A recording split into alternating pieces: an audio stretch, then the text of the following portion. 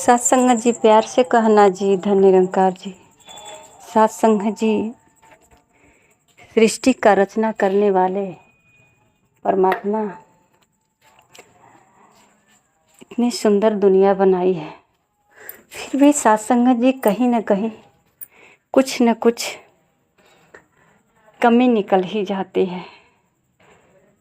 इसी दुनिया में किसी ने कुछ अच्छाई निकाला, किसी ने कुछ बुराई निकाला। सत्संग जी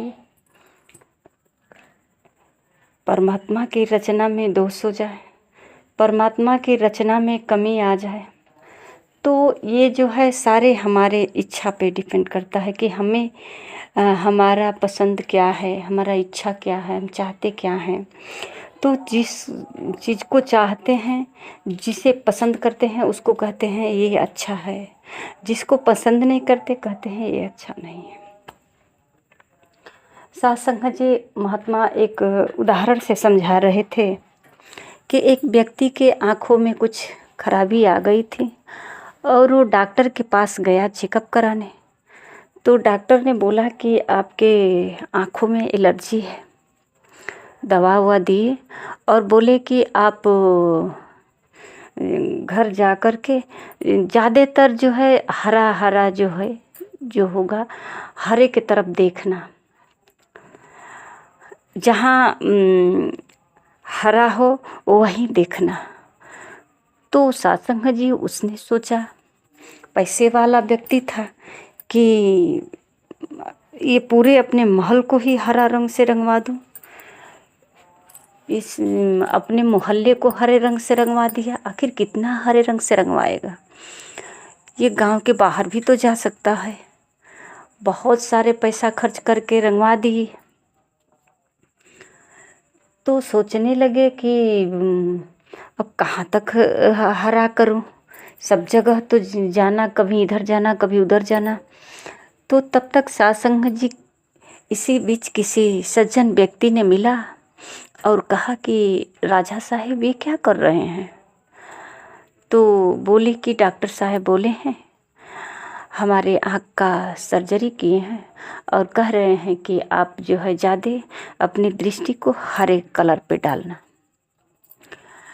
हरे के सिवा मत देखना। तो इसीलिए मैंने सब हरा हरा कर दिया कि जिधर देखेंगे सिर्फ हरियाली ही दिखेगी, हरा ही दिखेगा। तो वो सज्जन व्यक्ति बोले कि कितना आप हरा हरा रंगवाएंगे, कितना पैसा खर्च करेंगे, कहाँ तक बदलेंगे सभी को हरे रंग में। आप एक काम करिए ना, अपना चश्मा ही बदल डालिए, हरे रंग का चश्मा ले लीजिए, सब हरा हरा दिखाई देगा। राजा ने अपना माथा पीटा और कहा ये बात हमारे ध्यान में क्यों नहीं आई, इतनी छोटी सी बात हमें क्यों नहीं ध्यान आया कि अपनी चश्मा ही बदलवा दें। तो सत्संग जी बात छोटी ही होती है, बहुत सहज ही होता है, सामने ही होता है, पर अकल नहीं आता, समय से समझ नहीं आता। बहुत सारे समय खर्च हो जाता है, बहुत सारे सांसें निकल जाती है, बहुत सारे खर्च भी हो जाता है। तन मन धन खर्च करने के बाद में जब होश आता है, किसी के द्वारा किसी ने इशारा किया तो हो ये तो सामने था, अरे इसे तो कब का मिल चुका था, इसे तो मैं जानता हूँ। पर सत्संग जी उससे काम नहीं लिया ना, पूर्ण रूप से उसे जाना नहीं उसके बारे में। उसी प्रकार सत्संग जी राजा को जानकारी हुई, अपना चश्मा बदल लिए और अब कहीं हरा रंग कराने की ज़रूरत नहीं पड़ी।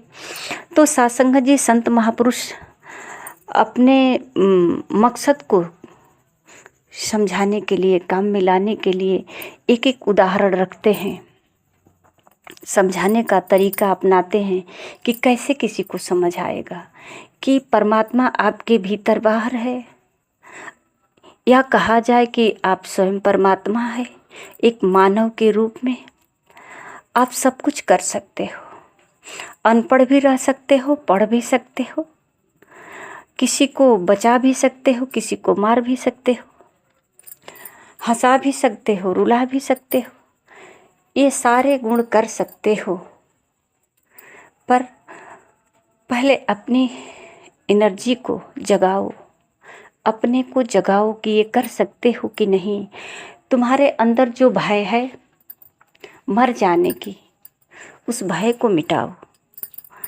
तुम्हारे अंदर जो भय है कुछ खो जाने का, उस भय को मिटाओ। कैसे कोई मिटा सकता है? जब तक कि सच्चाई का पता न चले, जब तक ये नज़र न बदले। जैसे ही नज़र बदल जाता है सब कुछ साफ दिखने लगता है। सत्संग जी, कहा जाता है कि परमात्मा को ढूंढना नहीं, परमात्मा हर जगह है, पर परमात्मा को किसी ने देखा ही नहीं।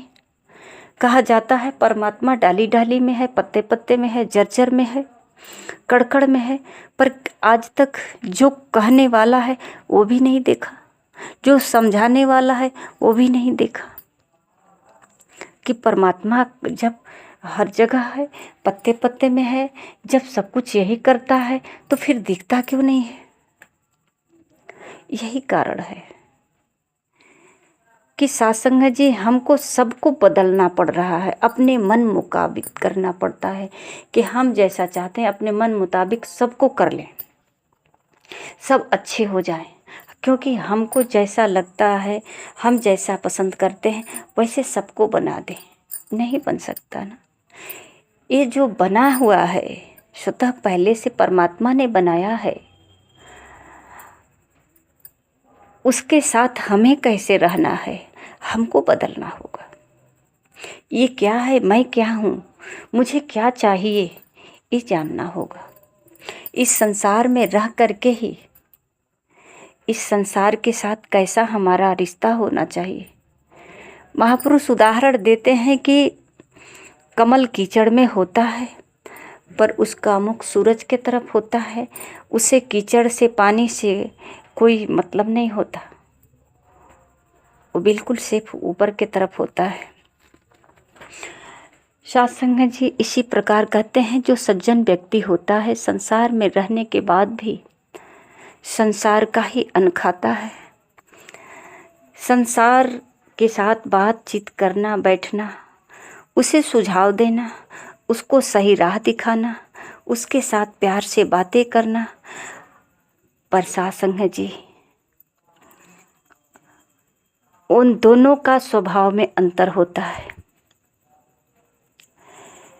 एक महात्मा उदाहरण दे रहे थे किसी साधु को कि एक साधु गए एक वो क्या है नर्तकी के पास और वो नाच रही थी। तो सत्संग जी साधु ने बोला कि अगर तेरा रंग पक्का होगा तो ये रंग जाएगी और इसका रंग पक्का होगा तो मैं रंग जाऊंगा। तो अपने इष्ट को स्मरण किया कि आज मैं इसके कोठे पर आ गया हूँ। तो ये तन मन धन जब परमात्मा को दे देता है, जो भक्त समर्पण कर देता है, समर्पण भाव से रहता है, वो कहीं भी रह करके सिर्फ परमात्मा का ही होता है। और परमात्मा सब में है, परमात्मा नर्तकी में भी है। उसका कर्म, उसका स्वभाव अलग है, एक सज्जन व्यक्ति का अलग है, पर इसी धरती पे, इसी संसार में दोनों है। तो सत्संग जी ये संत महापुरुष जो है कहीं अलग से कहते हैं कि धरती पे बोझ बनने की जरूरत नहीं है।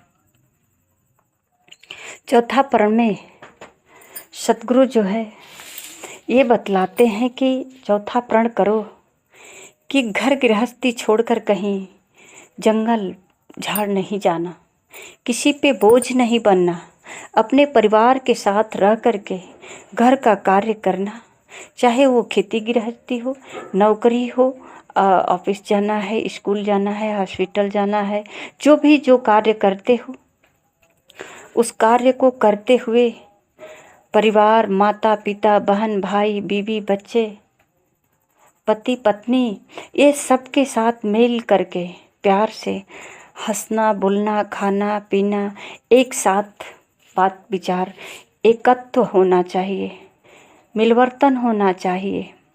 भाईचारे का पाठ पढ़ा रहे हैं, भाईचारे का सिखलाई दे रहे हैं कि ये इसमें रहते हुए भी परमात्मा को अपने अंदर उदाहरण देते हैं कि जैसे नाव पानी में चलती है पर पानी नाव में नहीं आता। अगर जिस समय पानी नाव में आ जाता है तो कहते हैं वहाँ खतरे की संभावना हो जाती है, सब भयभीत हो जाते हैं कि नाव में पानी आ रही है, उसमें से पानी निकालने का प्रयास करते हैं, नहीं तो नाव डूब जाएगी। चलती पानी में ही है, पानी के सतह पे ही नाव रहती है, दिन रात पानी में ही रहती है, पर पानी नाव के अंदर नहीं आता है। अगर पानी नाव के अंदर आ जाएगी तो नाव डूब जाएगी। कैसे कोई यात्रा करेगा? इस किनारे से उस किनारे तक कैसे कोई जाएगा? इसी प्रकार सत्संग जी, संत जन जो होते हैं, ये जन्म से मृत्यु के बीच का जो यात्रा है, इस यात्रा को मानव जीवन का कल्याण कैसे करते हैं संसार में रह करके, कहीं साधु फकीर बन करके जंगल झाड़ नहीं जाते, किसी के ऊपर बोझ नहीं बनते। इस संसार में रह करके अपना रोटी कपड़ा मकान का व्यवस्था करते हैं, परिवार के साथ मिलजुल कर हंसी खुशी से अपना जीवन व्यतीत करते हैं और अपना मानव जीवन होने का, मानवता का धर्म निभाते हैं, प्यार से अपने जीवन बसर करते हैं, अपने मानव के उद्देश्य को पूरा करते हैं। सत्संग जी जो सद्गुरु के चरणों में आया उसका इतिहास देखिए। भगवान कृष्ण कहाँ परिवार से दूर गए, भगवान राम परिवार से कहाँ दूर गए, कुछ समय के लिए जंगल गए, अपनी मर्जी से नहीं गए, साधु फकीर बनकर नहीं गए, उनको तो वनवास हुआ, फिर भी भाई और पत्नी साथ ही थे। सत्संग जी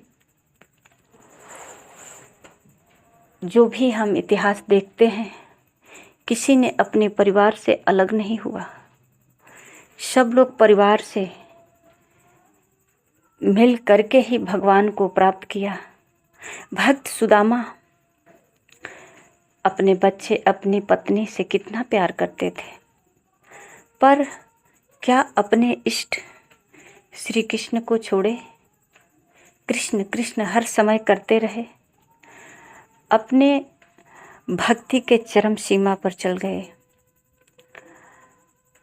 गए, पर अपने परिवार को, अपने बच्चों के लिए, अपनी पत्नी के लिए कभी जो है त्याग नहीं किए,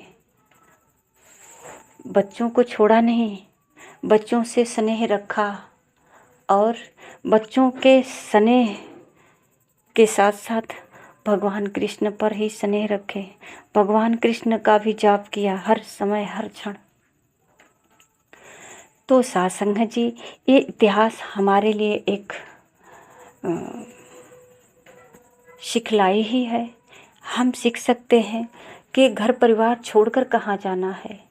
भक्ति केवल भगवान का ही नहीं करना है। किसी ने कहीं ऐसा नहीं लिखा कि घर परिवार छोड़ दो, बीवी बच्चा छोड़ दो, पति पत्नी छोड़ दो, माता पिता छोड़ दो, सास ससुर छोड़ दो और चलो भक्ति करने, चलो भजन कीर्तन करने। ऐसा कहीं नहीं है। ये जो मानव जीवन का धर्म है, मानवता जो है, इसको कायम रखना है। यही धर्म है मानव का। सच पूछो तो यही धार्मिक है जिसके अंदर की मानवता है। महापुरुषों ने पहले भी यही आवाज़ दिया कि दया धर्म का मूल है। जिसके अंदर मानवता है, दया है, वही धार्मिक है, यही धर्म का मूल है। पर सत्संग जी, ये पढ़ने के बाद भी हमारा धर्म अलग बन गया, हिंदू, मुसलमान, सिख, ईसाई।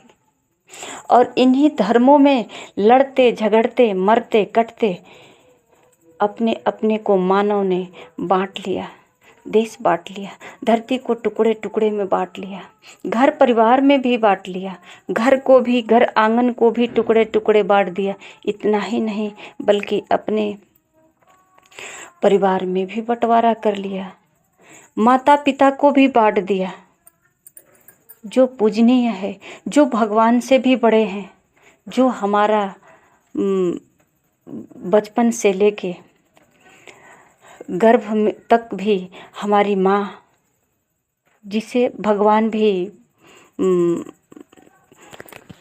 कहते हैं कि भगवान माता पिता से बड़े नहीं होते।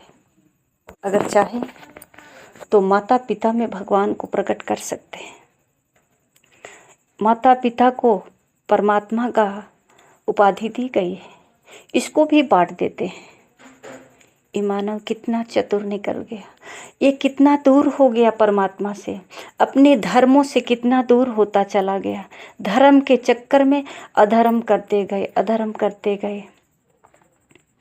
सत्संग जी जो गुरु पीर पैगंबरों के चरणों में आए, वो अपने धर्म का पहचान किया, अपने धर्मों को अपनाया, छोड़ा नहीं। और ये सच्चाई का आवाज़ हमेशा हर युग में दिया गया है। सच्चाई की आवाज़ देने वाले को बहुत दबाया गया, फिर भी सत्संग जी वो अपने मरते दम तक इस आवाज़ को कायम रखा। मरने के बाद भी इस सच्चाई को दबने नहीं दिया। कितने मिसाल महापुरुष देते हैं सत्संग जी। हम केवल पढ़ने तक ही सीमित रह गए, इन शब्दों को कंठस्थ करते रह गए, रटते रह गए, ढूंढते रह गए किताबों में, ढूंढते रह गए मंदिरों में, पर सच्चाई कहाँ है ये जाना नहीं। सत्संग जी जानेंगे भी कैसे? जैसे राजा ने सारे कॉलोनियों को हरा कर रहे थे, एक सज्जन व्यक्ति ने कहा कि अपना चश्मा बदल दो, कहीं ज़्यादा हरा करने की ज़रूरत ही नहीं, सब जगह हरा हरा दिखाई देने लगेगा। इसी प्रकार सतगुरु जो है दिव्य दृष्टि दे करके, जो इनके चरणों में आता है, दिव्य दृष्टि दे करके ये सब जगह परमात्मा का दीदार कराते हैं, सब में रमे हुए राम का दर्शन कराते हैं। ये पूरी सृष्टि में समाये हुए परमात्मा भगवान कृष्ण का जो हम उपदेश सुनते हैं, पढ़ते हैं, कि कहते हैं कि सब में मैं हूँ और सब मुझ में है। अर्जुन को ये बात समझा रहे हैं, तो अर्जुन को ही केवल नहीं समझा रहे हैं, ये पूरी जगत के लिए है। इतिहास जो हम पढ़ते हैं पूरी जगत के लिए है ये संदेश कि परमात्मा सब में है, और कहते हैं कि मैं सब में हूँ, सब मुझ में है। तो कैसा है दिखा नहीं, पहचान नहीं होता।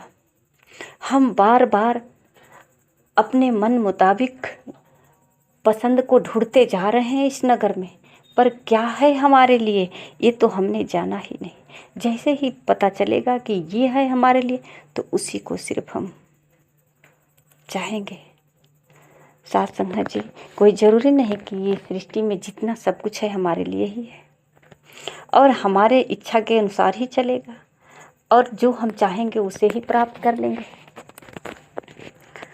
तो आइए सत्संग जी, बिना गुरु भवने देता रही न कोई, जो बिरंज संग कर सम हुई। सत्संग जी प्यार से कहना जी, धन्य निरंकार जी।